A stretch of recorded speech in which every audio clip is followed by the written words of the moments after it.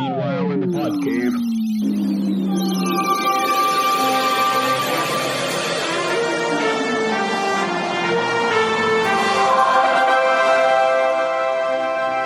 And welcome back to another edition of the Podman. I'm Brad.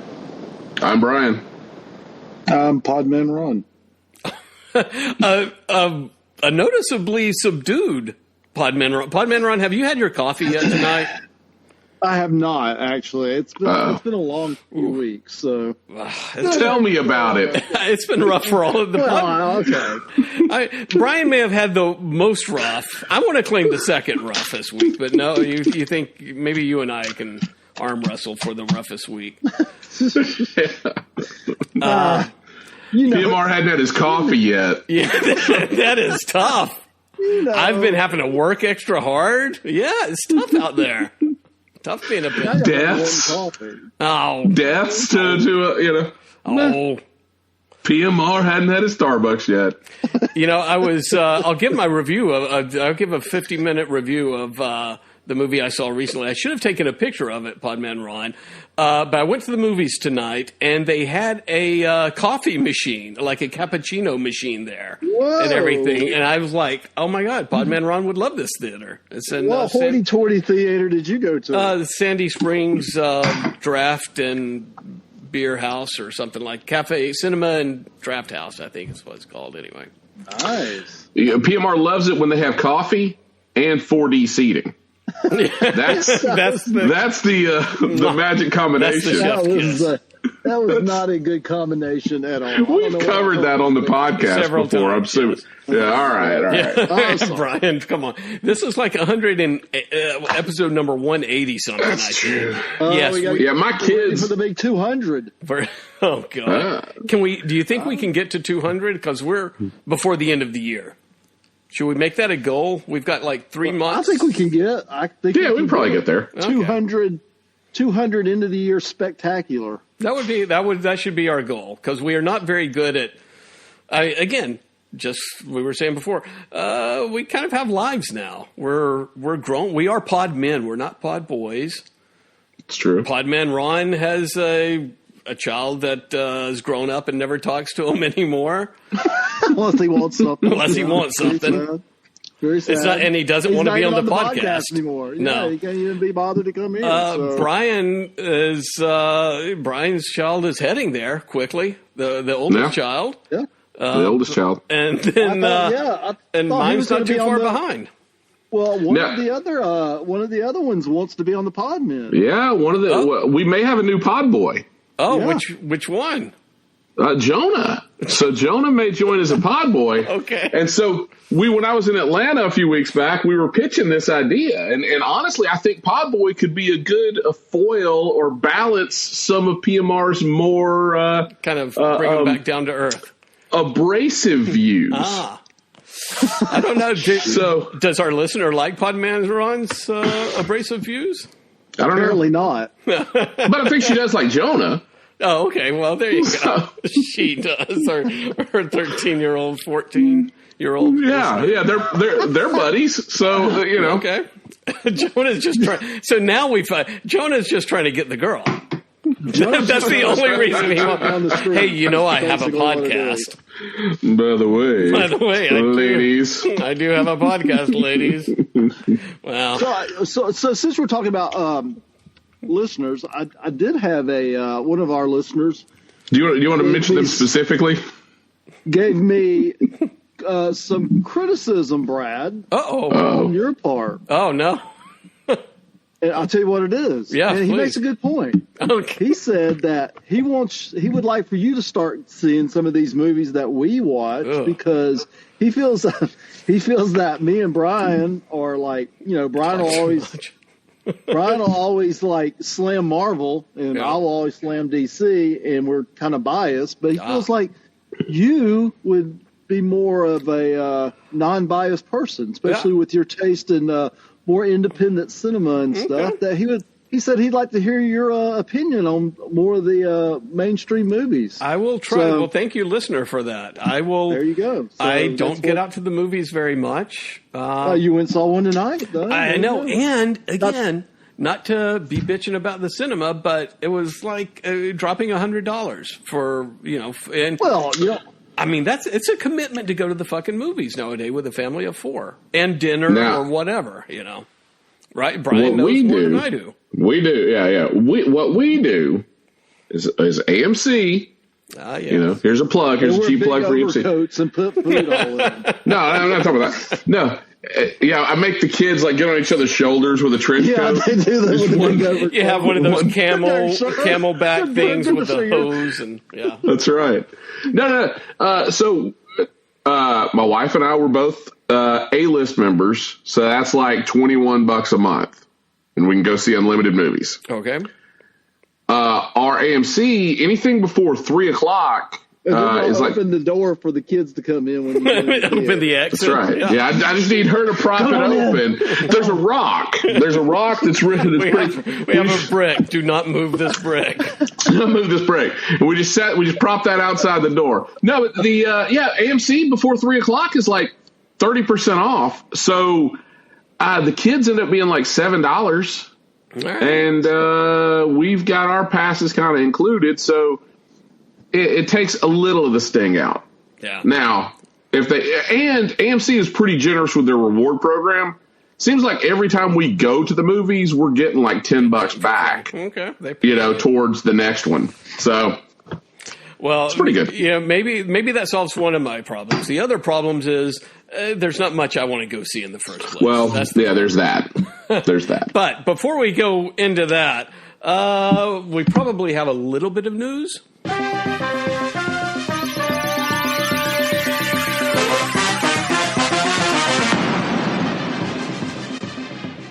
All right, I'm sure we have something in the newsroom nowadays, right? We do. We have a little bit of stuff. What do we have? This one, near and dear to my heart. I love the Planet of the Apes. I love the original series. I love the Matt. There you go. I love the Matt Reeves stuff more recently. And the concern was when Disney bought Fox, that was going to be the end of the Planet of the Apes. Disney, I think they realized they have a pretty good property that's got steam left and has a lot of goodwill towards it. They've announced they're not rebooting Planet of the Apes. It's essentially going to be Planet of the Apes 4 from the Matt Reeves set, or the Matt Reeves films, but it's going to be a new trilogy featuring Cornelius, Caesar's son. I love it. Right, Roddy McDowell's Cornelius. Take my money already. I'll take it. I'll do it. So, and the thought is that it will, or eventually we're on that collision course for Taylor to show up in the series. Gotcha. So, probably not this movie. If I had to guess, I'd say the next movie we'll see Taylor. So, and it depends on how much time they may have to make Cornelius like his great grandson to give it a little bit more time from when the humans died off, so to speak, or whatever. Right? Yeah, they're saying it's his surviving son, and I guess in the Matt Reeves stuff, by the time that third movie hit, it's at least 25 years since the first movie. If I had to guess. Yeah, I can't even remember how the other one ended. The last one. It was that big battle at the end. There was they were in that like they had it was like a mountain city like backed up to a mountain. Yep. So it was like the humanity's last stand, right? Sort of a thing. But I need to go watch them again. Those are good movies. Good. Oh well. All right. So I like that. I'll take it. PMR Cornelius. No, I'm good. Doesn't do anything for him. What? Yeah. Well, sad. We had a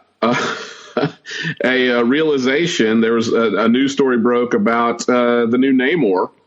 Oh. Did you guys hear this about? I feel like I'm Conan O'Brien. Did you hear this? I know. The whole thing is a setup to promote Caesar's Pizza somehow or another. Oh, Planet of the Apes? Yeah, Caesar's Pizza. No, tell me more about this. Namor, the actor that plays Namor, when he was cast as the Submariner. Oh, yeah.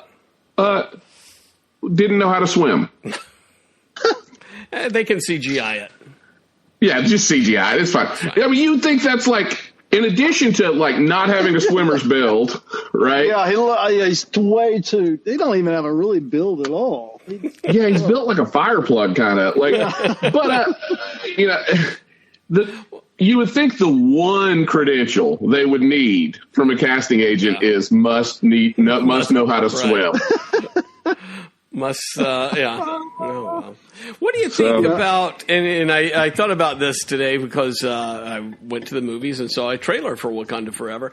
I love the Aztec or Maya aspect of it and all that stuff. But at one point, I think they do kind of have feathers underwater. I think they have the big feather headdress and they're underwater. It seems odd. Yeah, it seems like a little bit of a mix there. But I guess it's just seagulls. It's upside down fishing. They don't want to eat the fish, so they hunt for seagulls. I guess so. I never understood any like Atlantis or Aquaman's. Where do they crap at? Where do they pee? I mean, they actually have to shit where they eat. They literally. I mean, they like really do. Fish. I mean, what do you do? I mean, I don't. It's always kind of bothered me about sea people. That's the one thing that bothered me. Other than the fact that they're not real. Well, that too. The one thing that bothers me about these fictional characters. You know what? I'm not mad about the new Ariel. I just want to know how she poops. That's what I'm mad about. How does she poop? Where do they poop? I mean, and they wear the clothes underwater. Why do they wear clothes underwater? That's a good point. They shouldn't be wearing clothes underwater.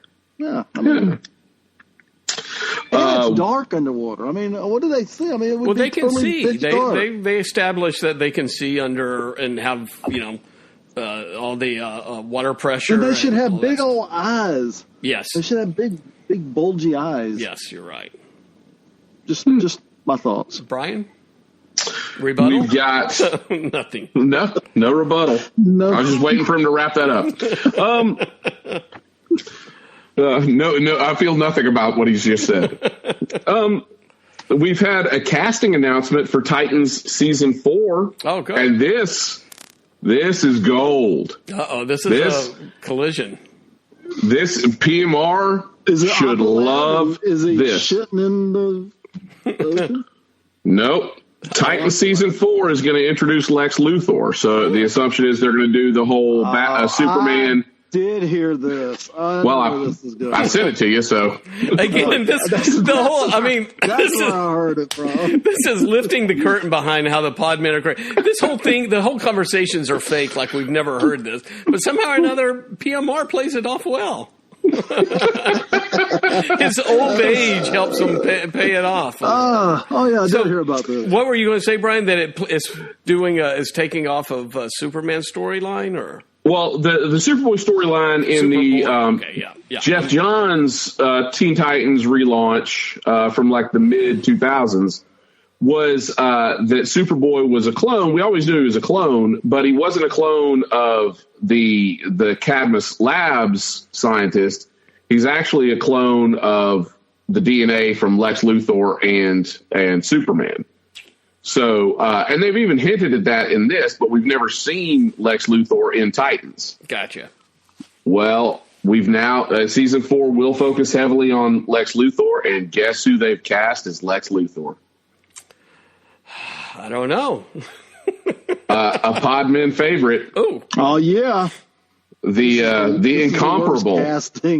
The incomparable Titus Welliver, a.k.a. Bosch.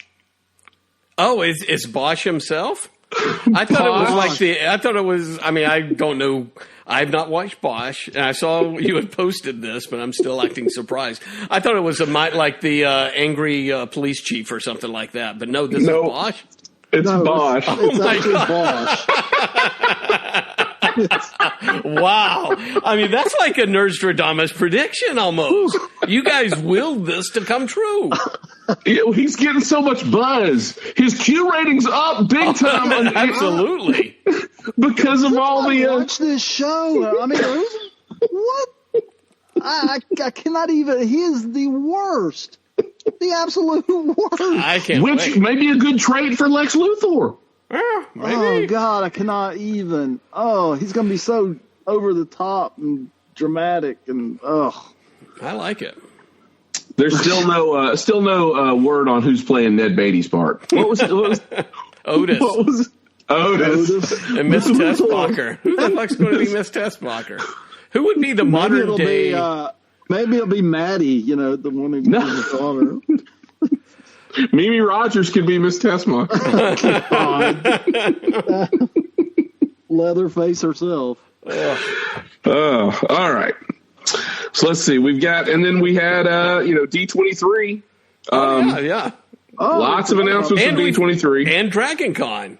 I mean, we've had a lot of shit happen. Yeah. Was there a lot of announcements at D23? I felt like that kind of fell flat. Well, we haven't seen the trailers that everybody else has been able to see, so that's one. And I'll tell you. So we got the trailer for Secret Invasion, right? Yeah. And no superheroes appear in the trailer. No. The only people you see is the guy that's from Bridgerton that's going to be the bad guy. You see him morph into like several people in the room are using his face. Right. You see the Skrull from Captain Marvel. Right. But no Jessica Drew stuff. No Spider-Woman, no superheroes whatsoever. It features an incredibly bad beard job for Sam Jackson.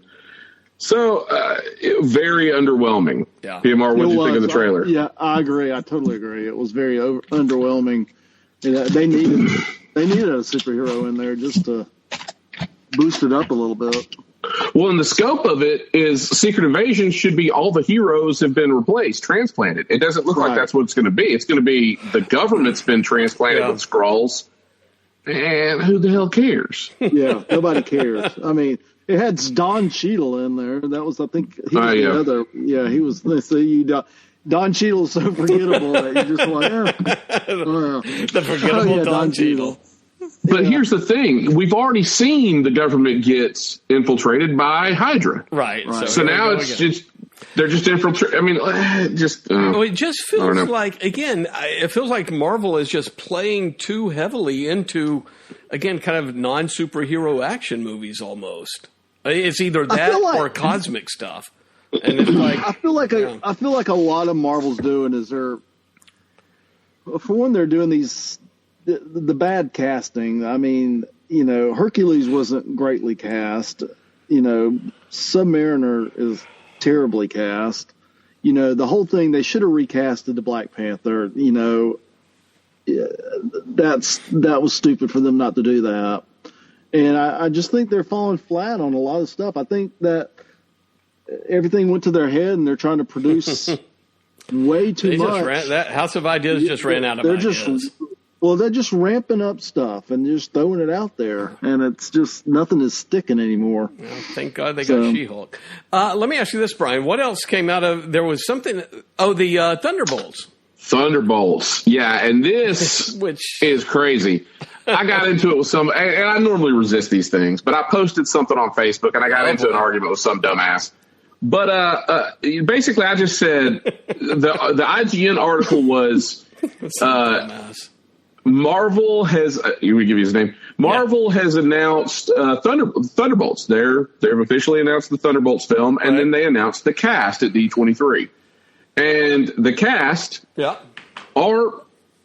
of them are original Thunderbolts. Not even Baron Zemo, who's been established, is not been announced for this movie. The cast we're going to get is Red Guardian. All right. Valentina Allegra, who's Julia DeFontaine. Yeah. You're going to get Ghost, U.S. Agent, Taskmaster. Ugh. I know. Oh, God. And then Winter Soldier. And White Widow, whatever her name is. And White Widow. Yeah, and White Widow. So I posted online, I'm like, this isn't Thunderbolts, this is Dark Avengers. I don't know why the hell they don't just call them the Dark Avengers, right? Is that the Dark Avengers lineup, more or less? I really don't think it is. I see what you're saying, but, it's not even a good Dark Avengers lineup. Well, no. No, but these people have appeared in Thunderbolts very late in the series before it became Dark Avengers, right? But this is the argument was like the guy's like, well, that was one story in Thunderbolts. I was like, no, that's like the story that Thunderbolts is known for. You know, right. the twist in the first 12 issues, and Zemo and Citizen V and all that. So, you know, it's Thunderbolts in name only, but they don't have any of the original Thunderbolts cast. And the guy was like, well, they've only introduced, you know, Zemo. And I'm like, yeah, but they got, how many TV shows have they got between now and when this movie comes out to introduce a few more of them? Right. But yeah, it's Thunderbolts. I don't know why it's being called Thunderbolts. Thunderbolt Ross is dead. I don't know why they would name him that. None of them were in the comic. It doesn't seem like they're going to be able to do the story that way. So it's just really, really weird. But yeah, Thunderbolts cast has been announced. I don't know how they kind of salvage it. And honestly, if they had called it Dark Avengers, that would have gotten another Avengers movie into the pipeline. It seems like Dark Avengers people a little bit more. Yeah, it seems like Dark Avengers would get more box office notoriety than calling them the Thunderbolts.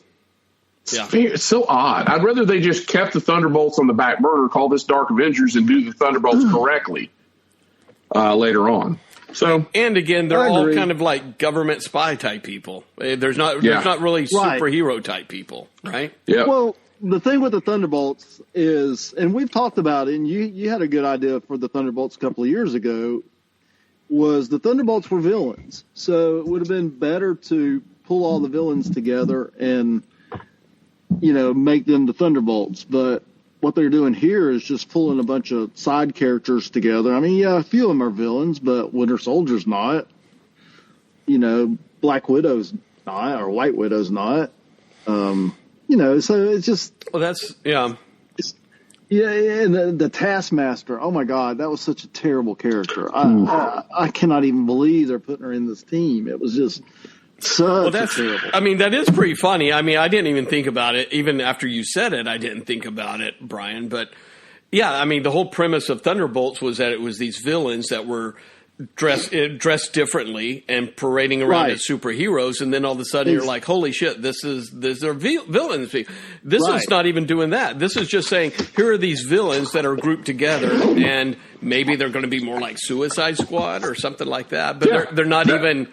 It would have been totally call it Thunderbolts and have these same characters, but have them dressed up dressed up differently. Yeah. And then that way it'd be like, fine. oh, this is a superhero team, and then that's how they should have done this. Yeah. They should have, when they announced them, they should have been all in different costumes, and then you had to sit there and go, I wonder if that's going to be White Widow, or I wonder if that's is that the Taskmaster? Oh, that looks like Red Guardian. You know, you wouldn't know until the movie came out. I mean, that would have been interesting. But this is just like, here's a bunch of shitty characters in a movie thrown in the movie. So good luck. Now, what'll make the movie for me though is if Taskmaster's standing in the corner, like that's all she did in Black Widow. If she's just standing in the corner, and then like Bucky comes in and throws his jacket on her, thinking she's like a coat tree. And not realizing, and then she no-sells it. She just takes it. She knows it. As long as she still has those crazy eyes that she had when they took our mask off, and she looked like she was a couple of tacos short of a combination platter. It was like, oh my God. So what else? What else came out of that? Not Winter. Captain America 4. Captain America 4. They haven't said if the assumption is he's going to be the main bad guy. If not, he's coming back. The leader is coming back in Captain America 4. Yeah, because he's a Captain America villain. Yeah, everybody knows he's a Captain America villain. So maybe Hulk appears in it, right? Well, maybe. Oh, Hulk's in space, you know. Doing his own thing now.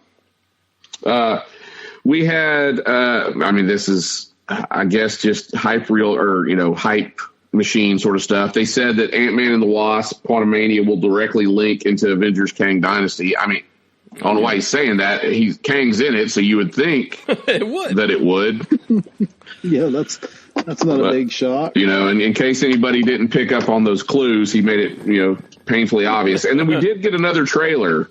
And PMR, you voiced a little bit of this in the green room, or when we talked the other day. We're going to get Disney Plus for Halloween this coming month. Yeah. Werewolf by Night. Oof. I mean, it's totally oof, but I'm interested in it. I would have been I like the black and white. I would have been interested in it if it didn't look so goddamn cheesy. Yeah. If they would have done it black and white and made the werewolf look like the original Werewolf by Night, which looked like, what is it, Lon Chaney Jr. from back in the 50s. Yeah. If they would have done it like that, that would have been cool. But all this weird, I don't know what the fuck they're trying to do with it, to be honest with you. It's just very strange. Maybe they're trying to kick off because Man-Thing made it into the trailer, right? So maybe they've got a little bit of they're trying to test the supernatural stuff, and and I'm all for that, but the way they did it, it just doesn't look. It just looks. I don't know. I hope I'm wrong. But you're probably not. You're probably not. And Moon Knight probably ain't going to have no connection to it like he did in the comics or any of that stuff. That ain't a bad thing. Yeah, that may be okay. Moon Knight's kind of lame, so that may be okay.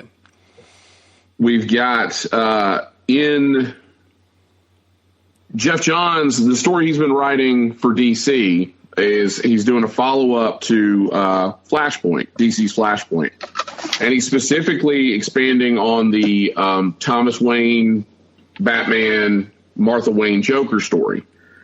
And they've revealed in the newest issue of Flashpoint Beyond the Joker's real name. What is his real name? So now, not Jack Napier? It's not Jack Napier. They said in this, basically, it's kind of like the Watcher, effectively. It's not the Watcher. It's Psycho Pirate. But he basically says in this universe, Martha Wayne became the Joker, not Jack Oswald White. Okay. So we've got the Joker's real name, foreseeably.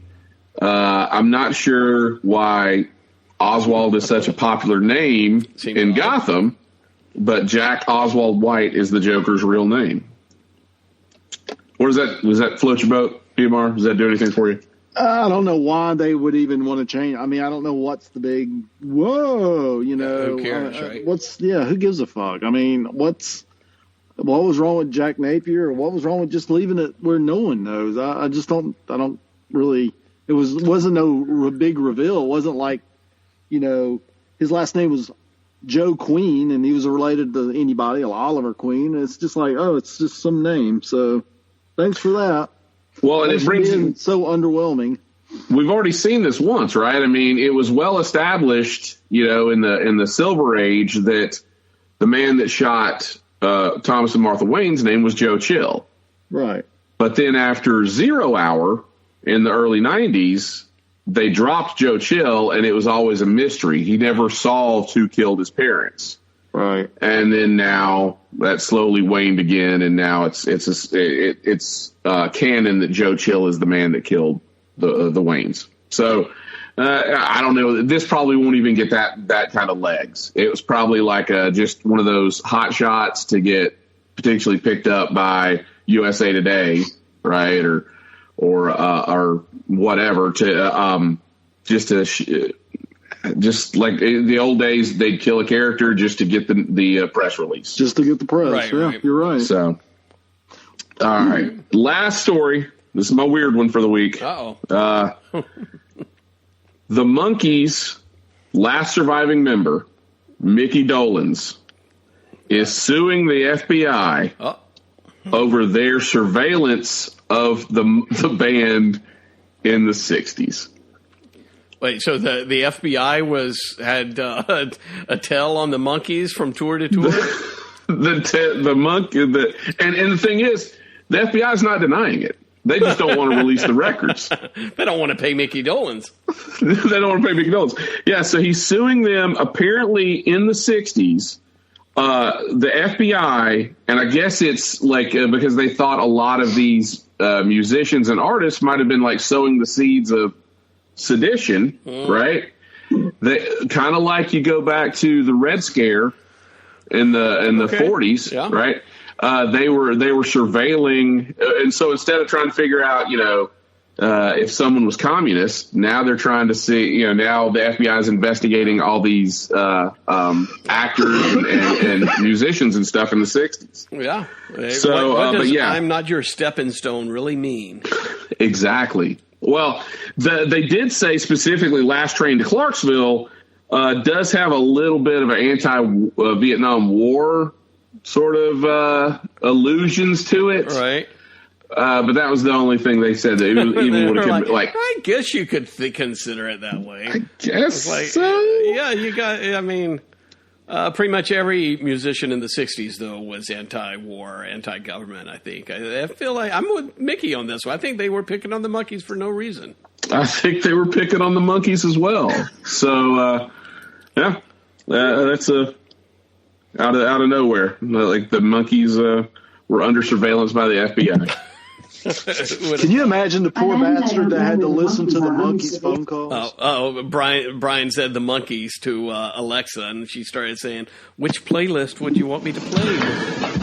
So we're talking about the Monkees being under surveillance by the FBI, and ironically, my Amazon device that surveils me picked up on what I was saying.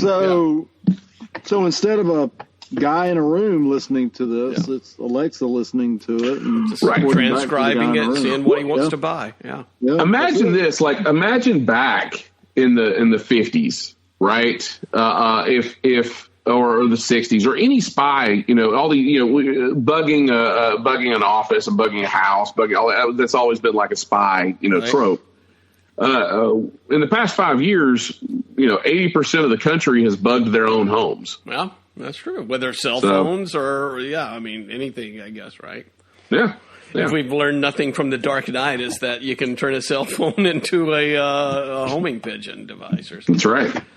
That's right. Well, good. Well, I did want to, before we leave the news section, though, Podman Ron, you attended Dragon Con, or at least some of the evening festivities of looking at the nerds, right?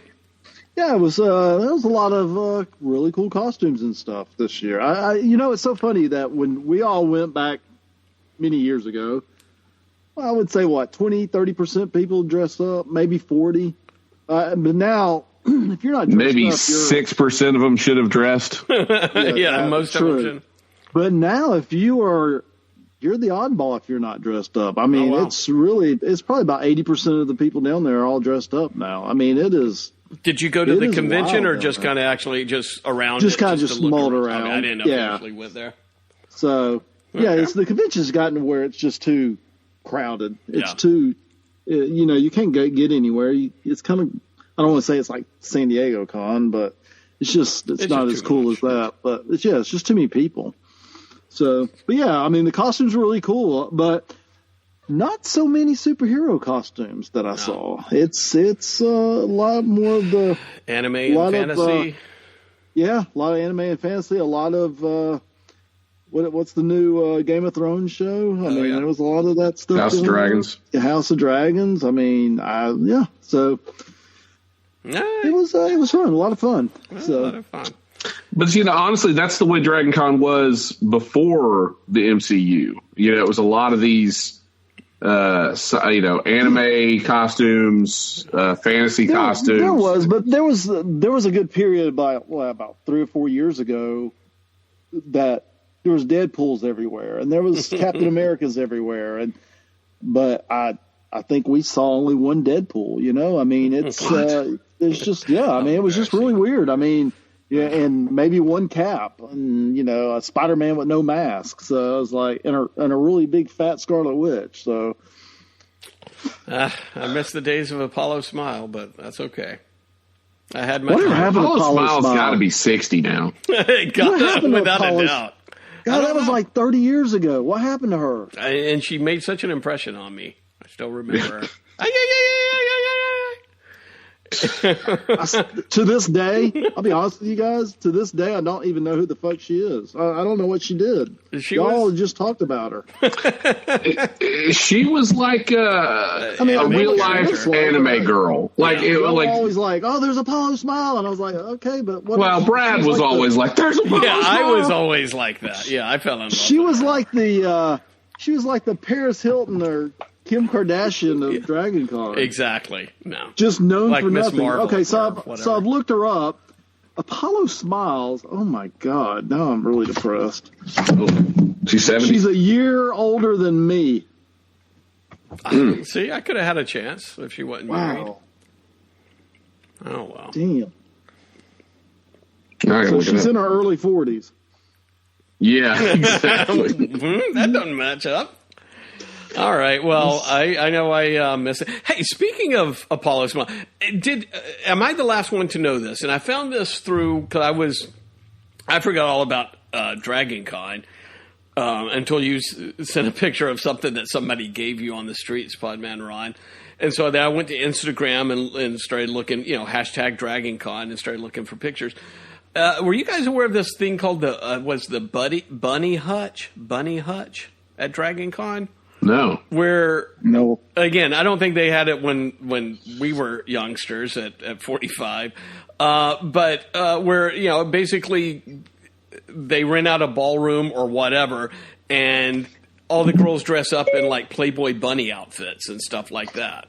But it's like I have heard of that. But yes. It's like a Deadpool Playboy bunny or something, like that.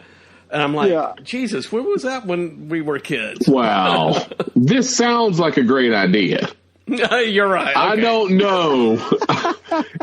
in theory, it sounds like a great idea. We're on the downward curve. I think someone said this. Yeah. Brian, was it you? That there was a time where it was like, oh my God, you got all these hot chicks dressed up in costume, and that's fantastic. But then it 10 years ago. Yeah, and then it started heading back down to, no, these people should not be in costume. Which is where it was. It's this bell curve, right? But anyway. We're just waiting for the tide to come back in. Yep. Really quick update on Apollo Smile for you, Brad. Oh, please. Yeah. She's single? No, that's hard to say. In 2019, so this is 3 years old. This is her last entry. Yeah. In 2019, she formed the music duo called Wing Beat with her husband, Paul DeMonico. Who the fuck that is? So there you go, Brad. Oh, well. I thought you were going to say she had successful hip surgery. Well, I am going to check out Wing Beat without a doubt. I mean, I know you would. To our opening theme music here. So this is what she did. Can we get Apollo Smile to do our music, she our could opening be our song? musical director. I'm just shocked that she. What the fuck, man? She's a year older than us. It happens, Podman Ron. Hey, speaking of old people, do we want to go over to TV Land and talk about Cobra Kai? Is that? Yes. Do you have anything else, Brian? Nope, that was it. My weird story was Mickey Dolenz. So, hey, let's talk about She-Hulk first because I feel like we'll be on Cobra Kai for a little bit. Oh boy.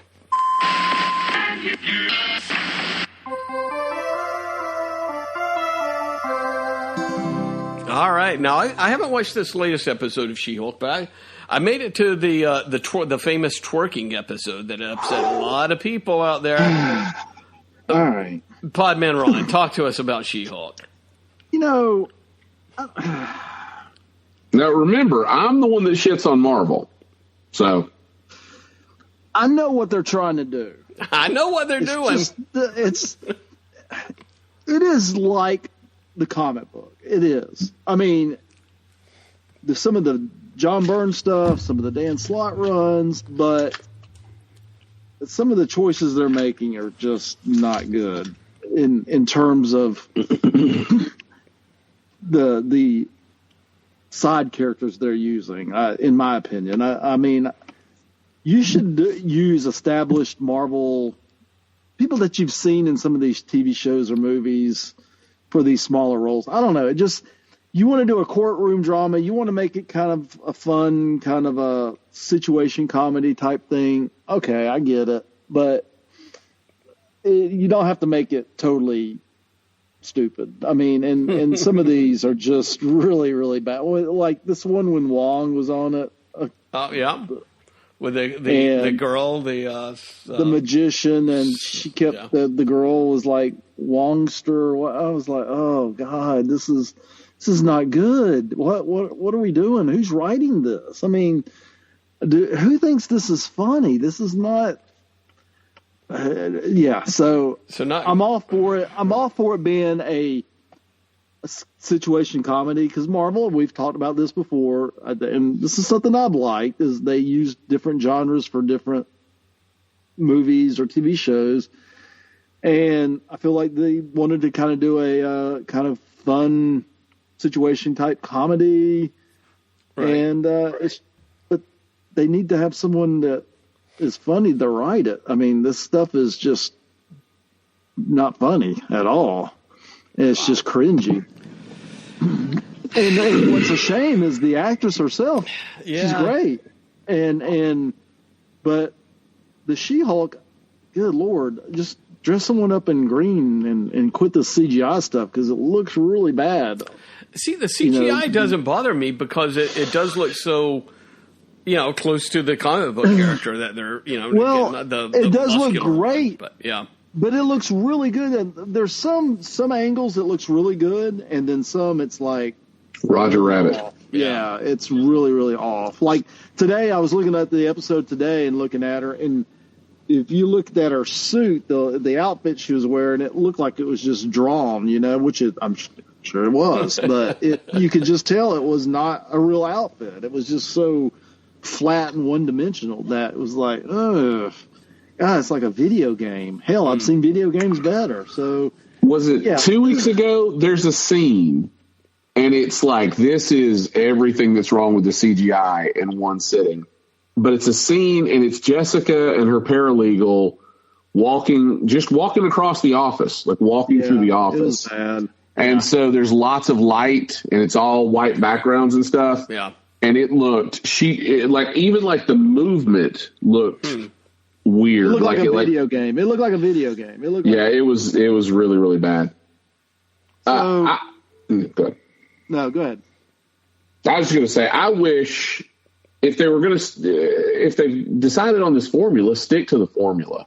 If you want to be Harvey Birdman, just fucking be Harvey Birdman. And, it's like, why don't we have, if you're going to do this show and this is going to be what you're wanting to hang your hat on, why haven't we gotten Stiltman? Why haven't we gotten Gibbon? Right? Why haven't we gotten Frogman? But we will, right? Or will we? Well, Frogman is definitely in it, right? They've shown him before. I don't know. Yeah, I don't think so. In like a trailer or something like that. I haven't noticed that. I think so. So it's like you've got all these. Hell, D-Man. Like if you want to talk D-list characters, put D-Man in there. I think if you did that and she's presented with these different court cases and stuff, right. And crazy shit that these people have done, and you could honestly do like a deep cut into different take different legal LA law or plug in any the practice any more recent law show and where they're always they've got different cases. This is a libel case. This is a public, indecency case. This is, this is a custody case, right? To have different legal battles and different D-list characters in the Marvel universe. Right. I think that would be funny, and then tell a little bit of her backstory. But this, it's just, I don't know. But see, they tried to do that with that stupid Asgardian elf or whatever the fuck that was. Yeah, but that was so terrible. It was bad. And it was like, I get the formula they're trying to do. It's just like what you said, and it's like Harvey Birdman, and which is fine. I don't mind them copying that because I think it's a good formula. I think it would work here, but I don't know who's writing this shit. It's just terrible. I mean, it's not funny at all. Well, the episode with the elf, they kept doing the whole exit stage right thing. Like it would be like the judge comes out, bangs the gavel, dismissed, Right. and then they're all like, "What?" And then they look over, and the elf's going. It's like that kind of shit. It's like, that plays in a cartoon, right? Right. It doesn't play live action. Yeah. Well, another thing, I feel like they're writing this for an 11-year-old girl. I mean, some of the like today's episode was her trying to get her outfit together and going to and I was like, who wants to see this? But maybe maybe the target audience is not 45-year-old men. And is that okay? Isn't. But honest to God, I think you're insulting an 11-year-old girl by putting this on. I don't even think an 11-year-old girl would watch this. Well, we should ask our listener. They would probably think it would. Yeah, Brian, you need to ask that girl. I can poll. From you. Yeah. So poll. Once she hears this, she'll probably knock on the door. Yeah, Jonah will be their man on the street. I mean, at the bus stop. Man, this is a pod boy at the bus stop. Yeah, get pod boy on this. A bus top pod straw poll. He'll get beat up by the other kids. So, get him! I mean, get the nerd! Kill the nerd. I mean, I really wanted to like this. I really did too. It's difficult at times. Because like I said, and I've said it 1,000 times, this actress is great. I don't even mind her looking at the camera and making these little side jokes. I like that. I mean, it's funny. I mean, I like that part. But just these stories that they've been telling are just like, oh, God, who's doing this? It's sort of like when she had the moment with Bruce or whatever, and it's like, yeah, trouble's going to find you and all that kind of stuff. Again, though, it's like they're going out of their way to not make a superhero storyline here whatsoever. Right, that's another thing. Trouble is really not finding her. She's just kind of stumbling except for the in wrecking on shit. crew. And that was oh God! Don't even get me started on that. Again, Marvel was afraid to just kind of put these people in some halfway like CW type costumes. You know what I mean? Right. Not worry about a backstory or anything. Just have them pop out of nowhere and say we're the Wrecking Crew and have them look kind of like the comic books. That would have been okay, right? Well, yeah, they've got our Asgardian weapons, right? So it's like, but they're like 5 foot tall, 140 pounds. Like, they look like they just got off their lunch break at a construction site. I mean, it looks like Marvel went to the Home Depot and found these guys in the parking lot, Hey, you want to be in a movie? Time work and said, hey, come on, we need a wrecking crew. Well, and here's the thing, too. This is how little this production, writer's room, whoever, it's how little Kevin Feige's overseeing these shows. And two, it's how little they care about the source material, because I posted this. I ought to just throw this on the Instagram, but I got a free, a frozen photo of them when they showed up, and the four of them were lined up. And the assumption is that Wrecker would be the one with the crowbar, because he always had the crowbar in the comic. That was his weapon. But there's a guy, but he had a green. He always had a green suit with a purple mask. Well, there's a guy with a green suit or a green jacket, a purple mask, and a giant fucking W on his shirt. But he's not holding the crowbar. He's holding Thunderball's weapon, which is a mace. So it's like, well, I'm thinking they're like, well, one of these guys is named the Wrecker. Oh, well, Wrecker definitely should have the wrecking ball. Right. That makes sense. He doesn't. He has a crowbar. So it's like they couldn't even though they said this guy was the Wrecker, it's an important detail that his weapon is a crowbar. Nope. Not to whoever's producing this show. So yeah. In addition to them just looking awful, like they just rolled out of bed or just walked off a construction site, They can't even get the. I mean, they went to the trouble of giving the guy a green jacket and putting a purple mask on him and writing a W on his shirt. He just picked up the wrong prop. That's okay. And they're like, yeah, go ahead and go with it, kid. That's fine. No, that's the thing is, I know that it didn't. I know they were like, no, your name's Wrecker, so you get the wrecking ball. And nobody bothered checking. So, it's just infuriating. Well, the last week's episode, so I haven't watched, but the, what's her face? What am I drawing? What's her face? The Stallion, right? Megan the Stallion, Megan the Stallion. I mean, again, that's to Podman Ron's hatred of stunt casting and everything. Maybe they are trying to appeal to 12-year-old girls by saying, oh, what did they listen to? Megan the Stallion. I don't know if they. I'll be honest with you. I had no idea who that was. I thought that was a made up thing from Marvel Universe. You're like, you went through your Marvel handbook looking for Megan the Stallion. I was like, Megan the Stallion. Yeah. Well, who is that? I thought it was just like another villain that she fought in the She-Hulk comic, but then it turned out that's a real fucking person. That's a real person. Yeah. Oh. I mean, that was cringeworthy without a doubt. The twerking part didn't bother me as much after I've read somewhere and kind of realized it's like, oh, so you can let Tobey Maguire do a goofy dance, and you can let Star-Lord do a dance off and all that stuff, but She-Hulk twerking we don't like. I'm like, okay, that's fair enough. And I get that, and that's it's fair enough. And also it was an end credit scene, so right. It wasn't like it. And they've had some goofy end credit scenes, so it was like, okay, it's kind of a throwaway scene. So yeah, it's no harm, no foul, but just overall not good. Yeah, overall just, and it's so sad because I really like the first episode. It's just every time I watch it, it gets worse and worse. So it's like, maybe this new one does it. I think the new one has Daredevil in it, or no, it's got Daredevil's helmet in it. So ooh, nice. All right, they couldn't even get Daredevil, but they got his helmet. Yeah, it's the aforementioned when she visits the costume shop that's making her costume. She stumbles. He picks up something in a box, and it's Daredevil's helmet, and it's it's even a box. It's like a decorative box, like Daredevil needs his helmet in this decorative box. Well, hey, Melvin Potter has a flourish for style. Yeah, so. I guess so. It was Anyway.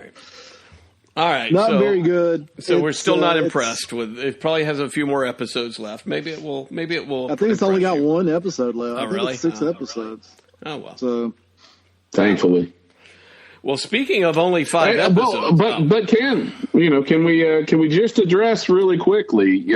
Since I'm the one that shits on Marvel. Mm-hmm. Well, I at least try to give something a chance. I tried too. I was excited for this show. Yeah. I just knew 30 minutes earlier that it sucked than you did. You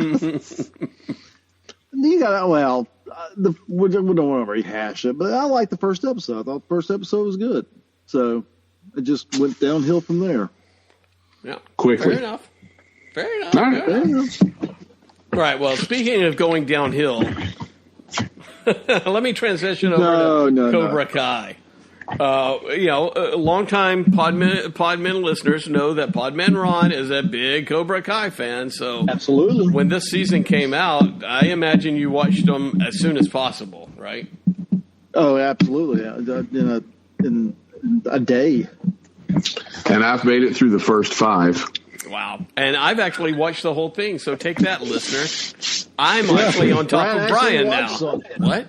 Look at that shit. Yeah, look at that. Yeah, there you go. So we don't want to give away the spoilers, of course, for Brian, but we can talk to episode 5. So what happened in the last episode you saw, Brian, so that we know not to go The last episode was the reveal, and I made it through halfway through episode 6 and had to stop for the podcast. But so the reveal in episode 5 was that Tori has been working with Kreese, and she's like a double agent, trying to help bring down Terry Silver. Okay.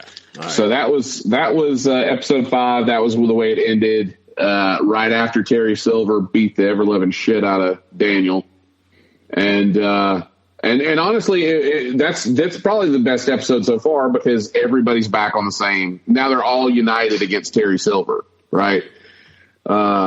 Amanda's back. She's on board with the game plan. Johnny realizes that he's got to help Daniel. And then you got Chosen, who's, damn it, Chosen's just one lovable. He's just a lovable sidekick. Yeah. Villain turned sidekick. Okay, so Podman Ron, that sets the stage. You can't go past that area of that velvet rope. Talk to us about Cobra Kai. No, I won't lie. And Brian said this in the green room that, the first couple episodes were kind of a drag. And they kind of were. They were, they made it like it was, the end of last season, Daniel's at Miyagi's grave and he's making swearing that Cobra Kai would take over the valley, and they pan out and there's Chosen, and you're like, oh man, they're gonna kick some ass, and that first episode for this season was just kind of like, they didn't really go kick ass. They just kind of like mulled it around a little bit. They talked about it. They just talked about it a lot. But this show has a way of, I don't know, it's the way they're able to take these old characters and bring them back in unexpected ways. I mean, everybody, and have you gotten to Mike Barnes coming back yet? Yeah, that was episode 3, I think. So, okay. And I think specifically the first 2 episodes, I think there's a reasoning it did it, and I want to kind of ping this off you guys as well. But like I was saying, these writers have a way of making these old characters come back, and you're thinking they're going to come back this way. Everybody thought, Mike Barnes, he's going to be he's going to come back and kick ass. He's the guy that, Terry Silver referred to at the end of the last season, that he's got some friends he's going to gather, and everybody thought Mike Barnes was going to be the bad guy. Everybody. And he's not. He's just he's just a regular guy. It's literally what you would think that people kind of grow up and all these past feuds that they do. No one thinks about that shit. So, and then you had, Robin Lively came back and she introduced, she was still part of Daniel's life. She introduced Daniel and Amanda. She's Amanda's cousin. Hot Amanda. Yeah. So, and they kind of did this in I think it was season 3 when Allie came back. Everybody thought Allie was going to be the surgeon and come back, and it was going to be a big thing with her coming back, and she just came back. She wasn't the surgeon for Miguel. She just happened to just come back for Christmas, came for a couple of episodes, and it worked. It was really good. The story kind of progressed. Podman Ron appreciates the fact that the writers aren't afraid not to do anything interesting with the characters. Exactly. Yeah. You know what? That's creative. That's what makes it interesting, though. I mean, we've progressed past all that. It's not predictable. We're thinking it's going to be predictable, but it's totally, it's not. It's not predictable by being realistic, is what you're saying. Yeah, exactly. So, except for Daniel. Chosen came in. Except for Daniel. Chosen came in this season, and he's kind of like the funny man right now. Yeah, I mean, and it works. He reminds me of Mr. Miyagi. I mean, he really does. I mean, that's he's taking that role right now. So I really enjoyed it. It's slowing down momentum for me a little bit, and I don't want to ruin it for Brian because there was a major. Although the season still got 100% on Rotten Tomatoes. It did. It's 100% on Rotten Tomatoes. That's impressive. But I was looking forward to something else happening this season, and it doesn't. They set it up that it could, but it doesn't. And we'll talk about it once Brian sees it. I don't even know what that is. Is it the 51st All Valley tournament? No, that would be the 52nd All Valley. 52nd. Had the 51st. I'm sorry. I'm so sorry. Name O. No, but so Well, I've lost my thought here. Yeah, you screwed them up. The one thing I'll say is that I think is noticeably different this season is that, and it, certainly what I'm about to say does change, but like the kids aren't fighting whatsoever. Okay, the kids are gone. The kids are pretty much gone, which may be a good thing. I'm not saying it's a bad thing. But they settled their feuds by going down water slides now and see who can go down the water slide the fastest. Well, who doesn't do that? I did that. We all did that, Brad. Whereas before, they were knocking each other off. That's how we used to rumble back in the day. Right. Before, they were knocking people over to the second floor of the mall or something. It's like, it kind of feels like somewhere along the line, somebody said, we need to tone down the violence in the kids a little bit. Well, it's not only the violence in the kids, it's the whole interaction. The kid, like y'all just said, the kids were practically all gone. I mean, this season they didn't really play on them that much, and when they did, they've all practically just made up. I mean, everybody's just like, "Oh, kumbaya, we're all good." So, is that a good thing? Kind of, honestly, I don't think it is. I like the kids. I like their stories. Well, I mean, and I like that they were, becoming their own little characters and their own stories, but I don't know. It just seems like now they're all made up, and there's no tension, there's no conflict with them anymore. So it's kind of petered out a little bit. Well, and it's weird because now you've got so many adult plot threads. Yeah. It's like so far I think Hawk's been in like 3 scenes. Yeah, and it's really like, come on, guys, let's all just get along. Right. It's like, this is the same guy who like broke his best friend's arm like a couple of seasons ago. Yeah, Dimitri literally was in the first like 2 minutes of episode 1 when Daniel's like, I'm shutting down Miyagi-Do, and Daniel's like, oh man, or Dimitri's like, oh man, I'm gonna have to get a summer job. And he walked off into oblivion, never to be seen again. You never see him. That was the actor actually saying that. The actor was actually saying, "Okay, I gotta get a summer job." You're not giving me lines. I gotta get a job. I gotta get a summer job now. I mean, the whole thing though is just the whole thing should just be Cobra Kai, the downfall of Daniel. Danielson. Well, right? Yeah, exactly. So let me give my spiel on it, because there's a point that you just made. The first 2 episodes for me, it was, I think what happened was they weren't sure if they were going to be able to get Miguel back because he had Blue Beetle, and I think he's getting some other projects. So I think last season was a way to write him off. Just in case. And take him off the board in case his schedule was too busy, and then bring him back later on. And then they realized, no, he's not as busy as we thought he was going to be. So they had to spend. HBO is shit in the bed. Warner Bros. is shit in the bed. So the movie got canceled. So they had to. They're like, they had to quick. They're like, well, shit, he is available. Now let's spend 2 episodes getting him. So they spent all that in the season finale last season getting him off the board. They had to spend 2 episodes to get him back on the board as quickly as possible and wrap up the thing with his dad being like a mobster in Ecuador. They had to wrap that shit up quick to get him back in play. Right. But once he's back in play, now all these secondary kids, they've got even less of a part. Yeah. Right? Because Miguel's like one of the leads. So I think that also led to 2 really bad first episodes. Like those first 2 episodes were rough, and like even the scenes where it was Robbie and Johnny in the car, and they were doing the old green screen of trees passing behind them and stuff. It looked bad. It looked awful. But you're absolutely right, Brian. They could have just. If that was their intention with Miguel, they could have just opened up and have him, stepping off the bus and his mom's there and he's like, I found Dad, and just move. You didn't have to spend any. No.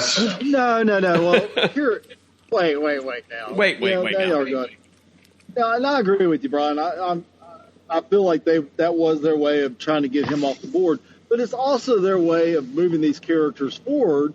They've got to have something, and it's Miguel's father he's going to be coming back. Yeah, that was too nicely wrapped up. I mean, he's going to find out next season, I'm sure, that this fucker he was my kid. Wait a minute, so he's going to come back. So okay. I mean, these characters, I think what we're seeing now is we're seeing the wrap up of, Johnny's story and Danielson's story. And I think we're going to start seeing these kids' stories come out a little bit more. I hope so.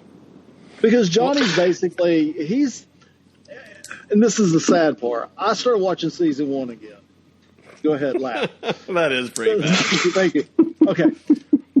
If you watch season 1, you can tell that they have neutered this show so much, season 1 was full of all kinds of cussing and, this had a couple of F-bombs. A bunch of F-bombs in this season. I thought so too. Did they on this season? Yeah. Even to the point where it's like it's jarring because it has become like much more wholesome, right? And then Daniel's dropping an F-bomb, and I'm like, what? Or what is happening? even in Spanish, there was like a subtitle of fuck this or something like that. I was going to say it's gotten so wholesome lately that this first season was like Johnny was just ribbing the kids and just giving them all kinds of shit, and there was just this rivalry between everybody, and now it's just kind of like everybody's just getting along besides the bad guy of the week. So, and as I was making fun saying that you could have forgotten about the whole Mexico or wherever Miguel went, I wouldn't want to leave out the first big fight scene of this season, which I think was the hot pepper eating contest. And then the water slide contest. Right? The hot pepper scene. God, it was so bad. And I'm assuming they were trying to go for the whole, Marion in the bar in Raiders of the Lost Ark sort of vibe. Oh God, it was awful. Just goofy. But that's okay. It was so stupid. Okay. And then when he's like, "Look, Dad, I palmed the pepper." I was like, "Oh, this is the worst." They're going to kill that kid. And then Johnny gets into the fight and then squeezes the pepper into the guy's eye or what? Yeah. Yeah, it's horrible. That could have totally happened. As I was watching this, and when they were on the road trip and they were singing some sort of rock song, right? Some sort of 80s rock song or something like that, Johnny and the kid. I realized, I'm like, you know what? Podman Ron likes the show so much because he wishes he was Johnny. I mean, Podman Ron wishes he could have lived Johnny's lifestyle, I think. Right? No.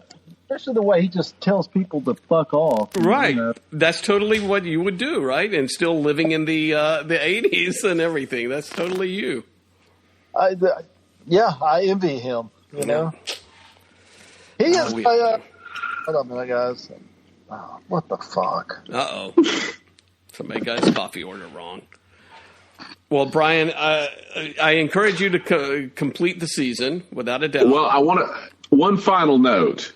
And I honestly wish they had done this, like, because it would have been on par. It would have been, episode 5. The funniest part is you got kind of some of that Johnny, vibe back when he was trying to create the escape room. But they didn't. It's just like, Miguel walks in and he's like, "What is all this?" And he goes, "Don't worry about that." And he's got the saloon doors made out of pizza boxes. It's just horrible, right? the Coors banquet cactus, And it's like he doesn't explain it at all, and then he's just like, "You're just supposed to accept that this is what's going on." And Robbie comes out, and Robbie's like, no selling it either. Robbie's like walking through the saloon doors, and I'm like, did they do this together? Right. Did they decorate the apartment together? Well, he did it, and then you find out it's the escape room. Yeah, but I wish in that episode, because that's the episode where Amanda left Daniel, okay, right, to go see her family back in, I guess, Ohio. But the whole episode, it shows Daniel was drinking bourbon, right, and then, like, the whole rest of the episode, he's like, he's got the stubble, he's disheveled, He's his shirt's untucked, and I wish they had just said, like, alluded to the fact that he only had the one drink. Like, all of that sprung from the fact that he had one drink. He gets buzzed later on. Let me tell you, by the last episode, he is completely buzzed. Nice. He hit such a low point of his revenge. So, have you watched the episode? Yeah, I guess you have, because that was when the wife. Again, I thought it was very clever the way that what's his face, Terry Silver, kind of framed Daniel as being a lunatic, basically, at the auction thing. It kind of was, though. I mean, Jesus Christ! Oh, he completely is. Podman Ron's crotch, ladies and gentlemen, my crotch. But yeah, so it was just very funny the way he kind of tricked Daniel into flipping out publicly and everything. And it's like, yeah, this is Daniel's downfall. I mean, he is arguably the worst character, like the worst human being. Human being, yeah. Well, if you watch the first season, he is a jerk, oh my God, he's so full of them, so pretentious, and he's making sushi with this knife that he got from Okinawa, and he's trying to explain it. It's like, God, you're so douchey, man. Just terrible. You kind of rooted for Silver to beat his ass. Yeah. Well, like, oh yeah, this is good. That twist ending. Well, that's Brian, like you got to keep up for the twist ending. The argument's always been that Daniel was the bad guy, right? Yeah, and that's what the show's paid for. That's a theme that's going to come up here in a second from what you're looking at. So. Oh, okay. Wow. All right. Let's just go into it. I mean, we can't give a final rating until you watch it, Brian. So maybe by next episode. 6 out of 5. 6 out of 5. All right. 6 out of 5. All right. Well, Podman Ron's got some computer work to do. What? Are y'all playing music? No. I was trying to figure out what you're going to do, but let's just do the. What you looking at? So I don't know if anybody else has any we're looking at, but go ahead, Brian. So in all my hype and excitement over Daredevil Born Again, the Daredevil Born Again announcement at San Diego Comic-Con, I went back and said, you know what? I'm going to read the Frank Miller run of Daredevil. Okay. Right. And then, which I never read it fully, and I know why I never read it fully. Ann Nicosetti, John Romita Jr. run with Typhoid Mary, and then finish it off with the Kevin Smith Daredevil stuff, right? Tim Smith's Daredevil is good. So I decided, I'm going to go back through and read it. It's probably been 20 years since I've read this. Right. And I think when I read it, I didn't necessarily read it in all one sitting, like just as one full through line. But, when it starts is shortly after Bullseye was created, is when the Frank Miller run really kind of started. Right. And so it goes through the Elektra stories. It goes through Kingpin. It goes through Born Again, where Kingpin basically destroys. He blows up Nelson Murdoch. He hires Foggy away. He creates a wedge between Foggy and Matt. Foggy doesn't realize it. He takes everything away, and that's where you realize that Matt's mother was the nun, right? That his mother wasn't actually dead. She was the nun. She was Maggie, right? So a famous run from the early 80s of Marvel Daredevil, right? So I read through it, and I'm about halfway through the Typhoid Mary stuff. I've read the Kevin Smith run, which what the hell is it called? Devils. No. Shit. Podman anyway, Ron? I don't know. No, I think Podman Ron dropped off. Yeah, anyway. But in reading through this, much like Daniel LaRusso, Matt Murdock is a real piece of shit. He's a work. How about that? He kind of, yeah, you're right. He always has been, though. He is a real piece of shit. And I don't know why this is new. I don't know why this is a new revelation to me, because I don't think I picked up on this when I read through the comic, in the 90s. Maybe the world was different. But, yeah, he is a real piece of shit, because when it starts, he's dating a lady named Heather Gale. Heather, no, that's another one. So he has O'Donnell. He had a bad breakup with. She's like a photographer that ends up getting hired by the Daily Bugle, so she kind of comes back into play and ends up dating Foggy. But he's dating, what the hell's her name? O'Rourke? Is it Heather O'Rourke? No. Anyway, hang on. Daredevil Heather. But anyway, he's dating her, and he basically gaslights her.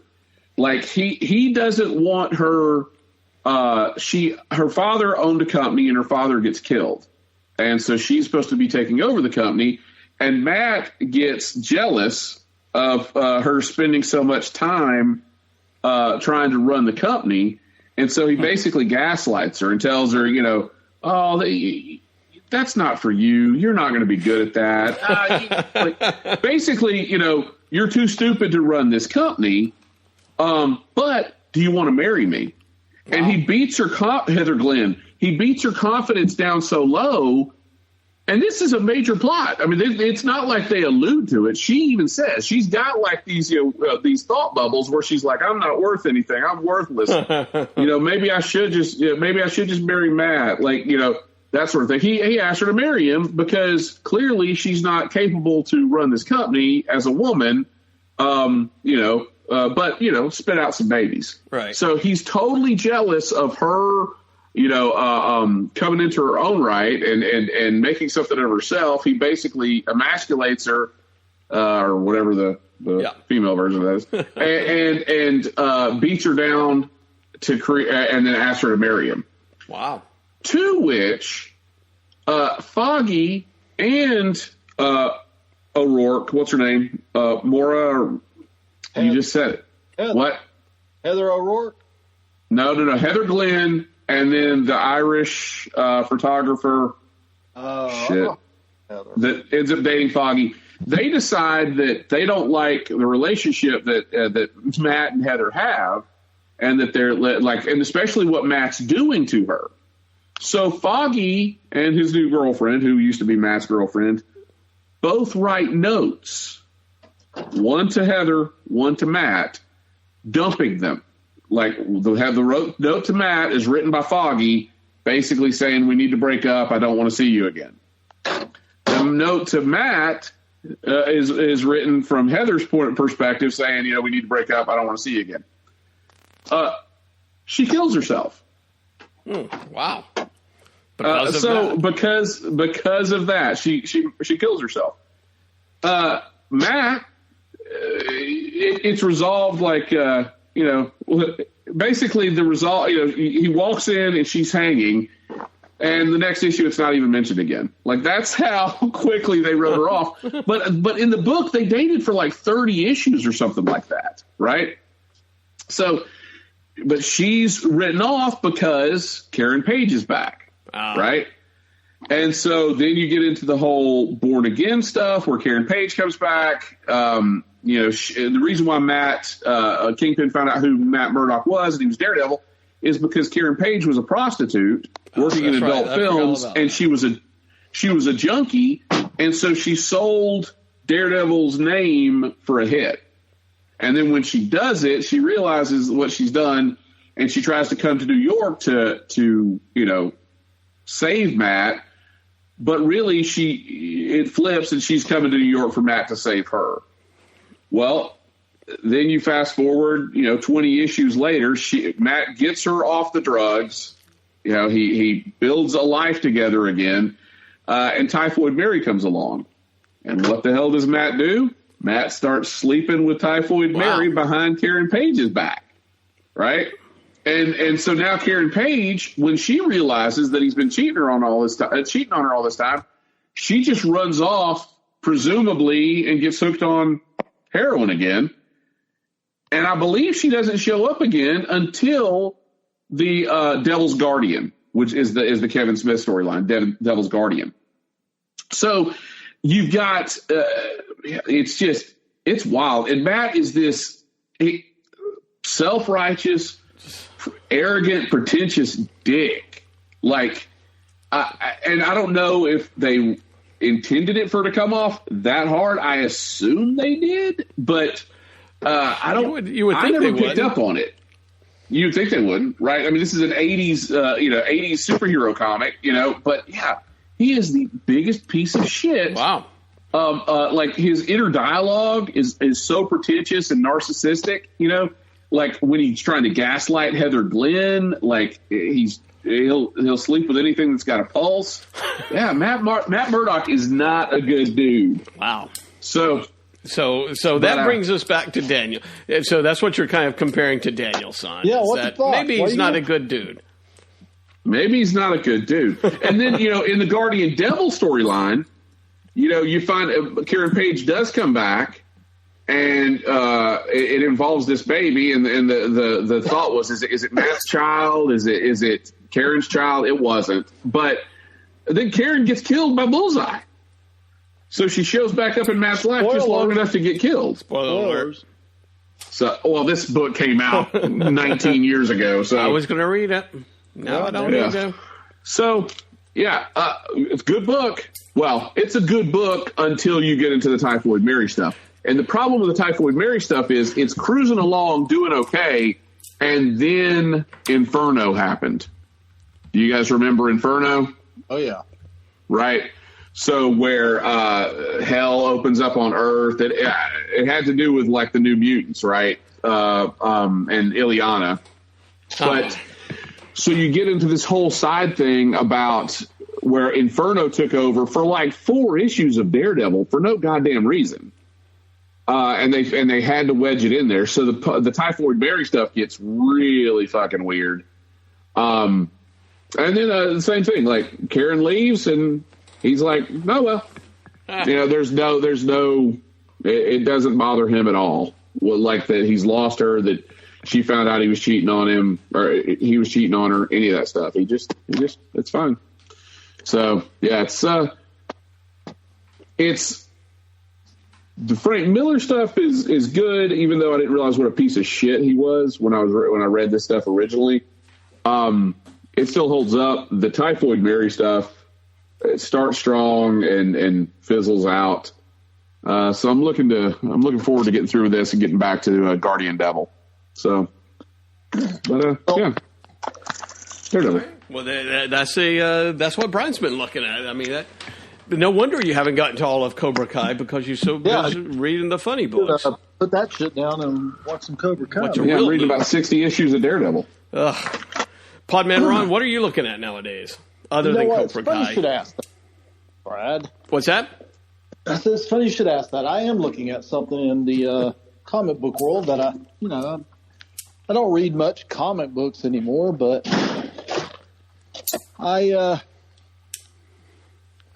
started reading the Krakoa age of X-Men. Oh, okay.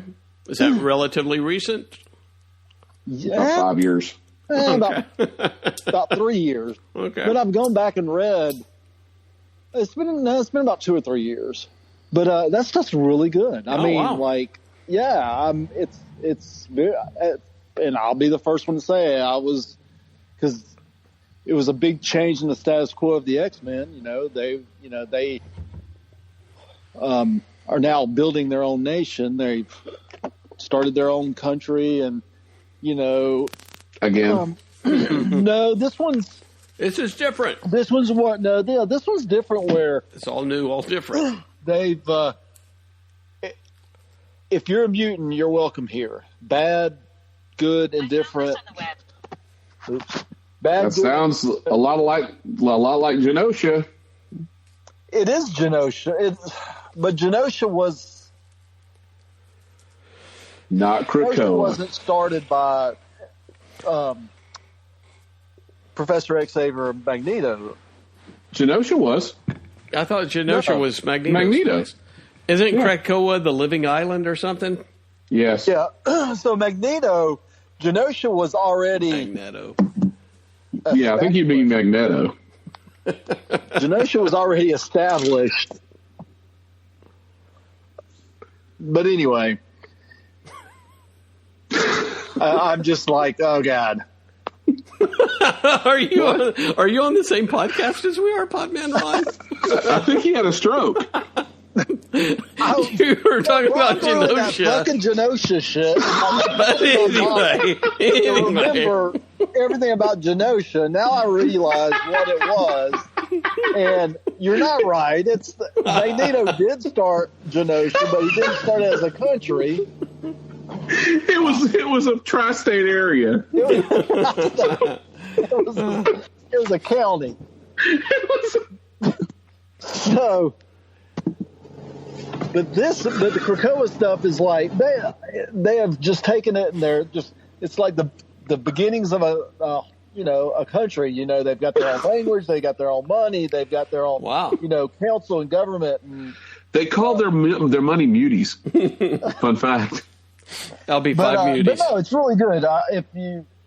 If you want something just from a good starting point, okay. I would definitely recommend this book. I mean, all of them. I mean, I've been reading. I mean, there's a ton of them out there. And what are the X-Force? What are X-Force, they've got Generation X. They've got Legion X. I mean, they've just and each one X Factor. Each one has a particular. Exhausted.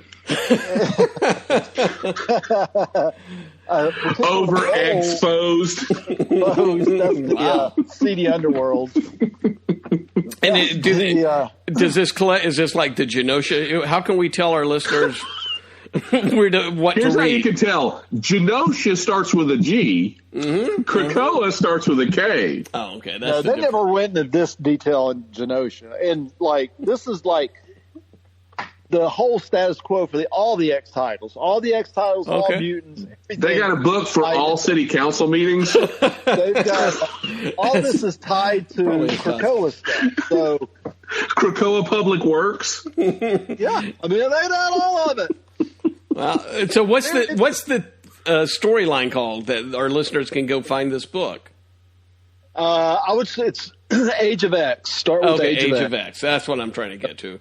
If we're making a recommendation. Came out about 2 years ago, and it kind of leads into all this.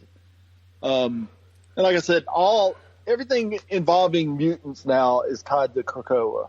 Okay. So it's kind of cool. It's kind of like they've made their own in humans. Like where the humans had their own city and.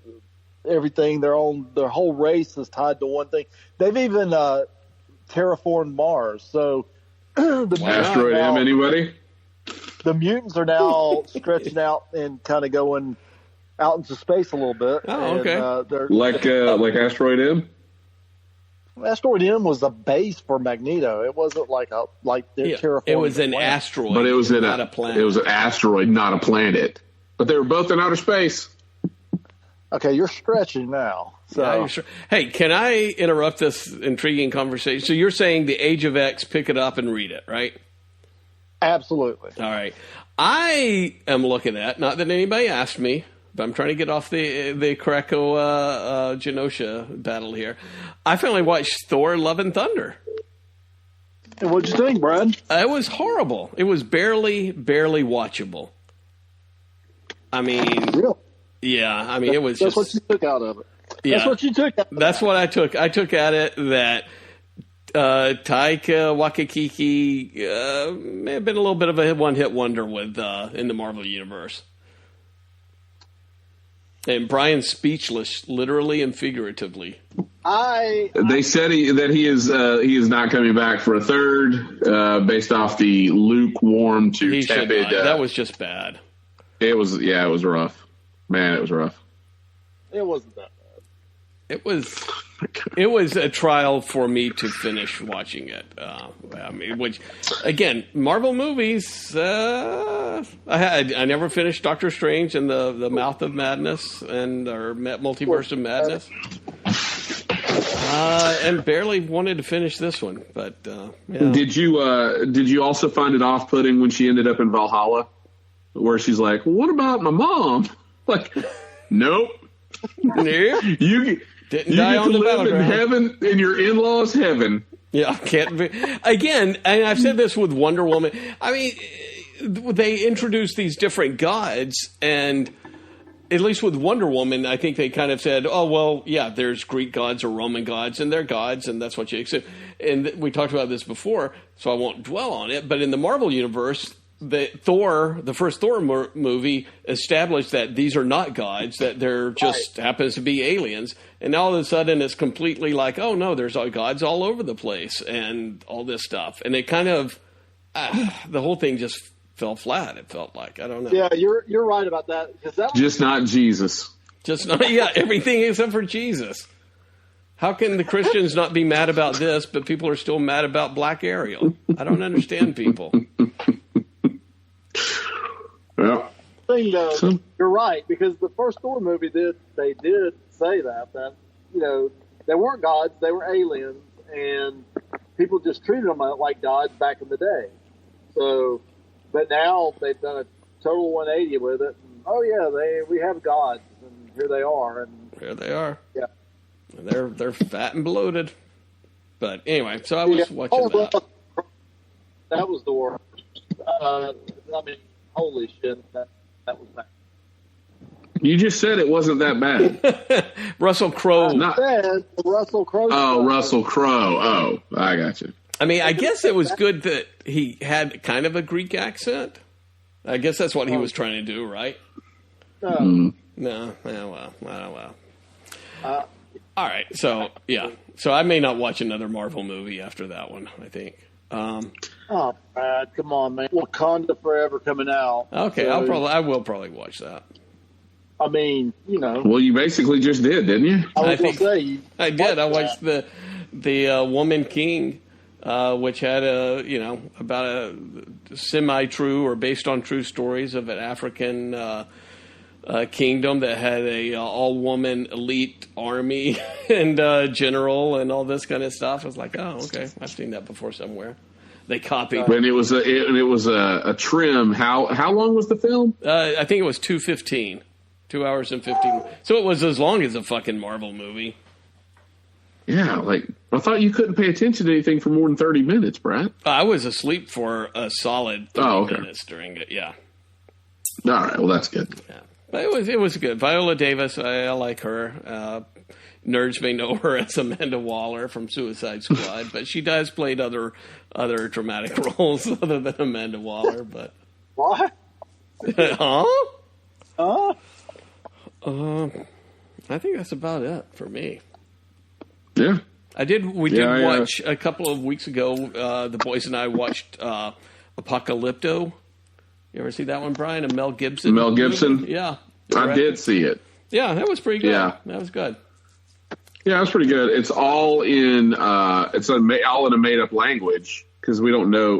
We don't have. I don't know if they it don't was have the Aztec language, do they? Yeah, it was something. Yeah, something like they don't because we don't have like the Mayan language. So didn't they make up like dialogue? I think so. Yeah, but it was good. A good movie. That was about 15 years ago. Yeah, I think you'd enjoy it, Podman Ron. No, he would hate it. Mel Gibson directed hate that film. Okay, you're right. He would no. He would hate that movie. There's no chance. No chance. Yeah, I'm still working through Succession. I give it my highest marks. Oh yeah, Succession's great. It's season 1. You get all these quirky characters. Season 2, they really start to flourish. Yeah. You've established all the rules and all the different chess pieces are on the table now, and so season 2 is it's a very enjoyable show, very funny.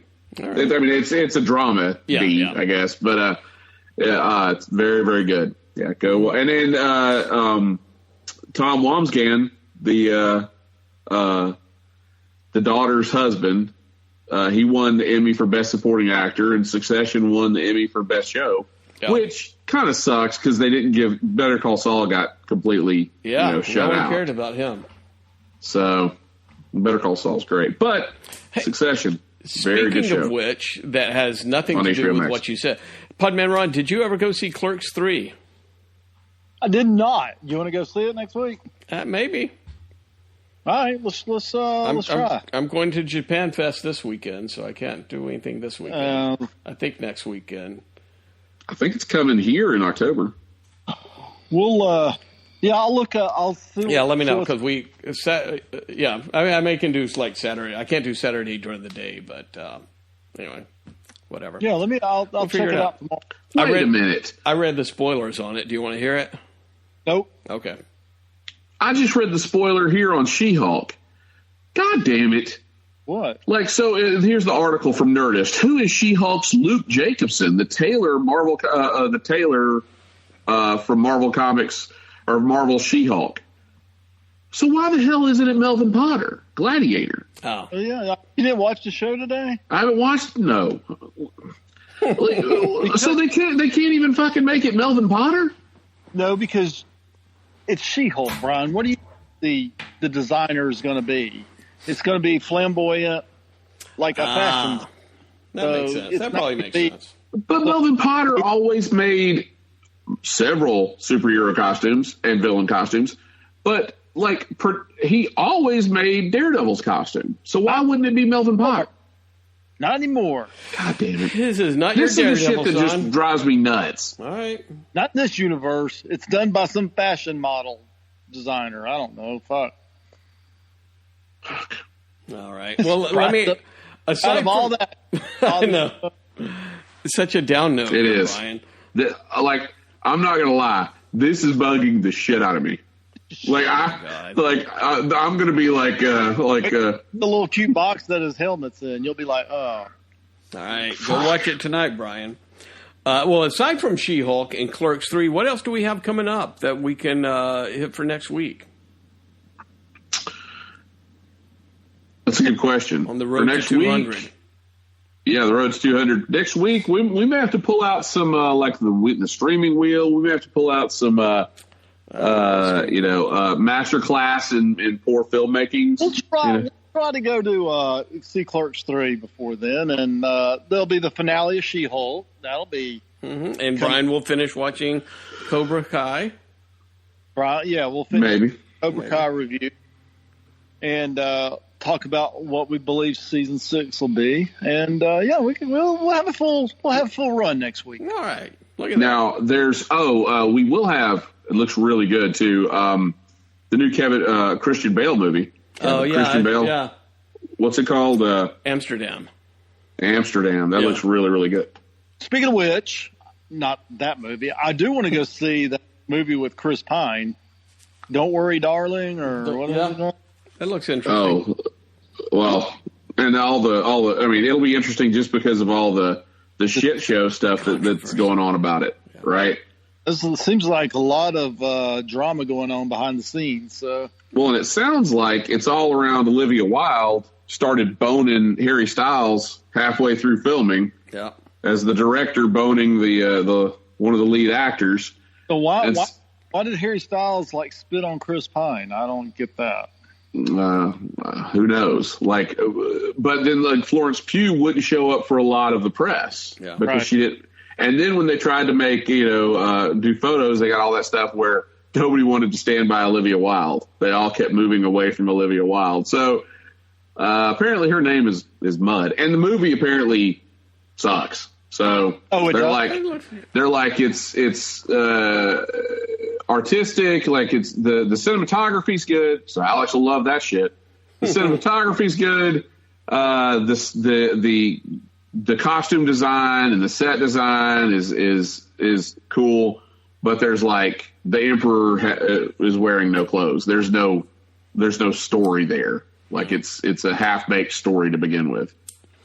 So I'll watch it for Florence Pugh. I like her. Just like I like her in, I'm sure I will love her in Thunderbolts. If I thought it looks interesting, though. I mean, I didn't think it looked that bad, actually. So, every once in a while, I like to see a movie that's not a superhero movie. That's not a mainstream superhero movie? Yeah. Oh, my God. Podman Ron, you have matured so much since the But I can't episode. see some of the weird shit you guys see. So. Oh, okay. All right. Well, it sounds like we've got next episode all planned out, boys. We just got to go out and watch, right? Yeah. Check it out. Check it out. All right, we will. But until next time. Oh, shit. You know what? We can go over. That's almost close. God damn. Sorry. We can go over this next episode, but I went to go see the re-release of Spider-Man No Way Home with the extra footage. Was there a lot of extra? We can talk about it next week on the Podman. Yeah, that's right. I guess you're going to have to do what, Brian? Save it for the podcast.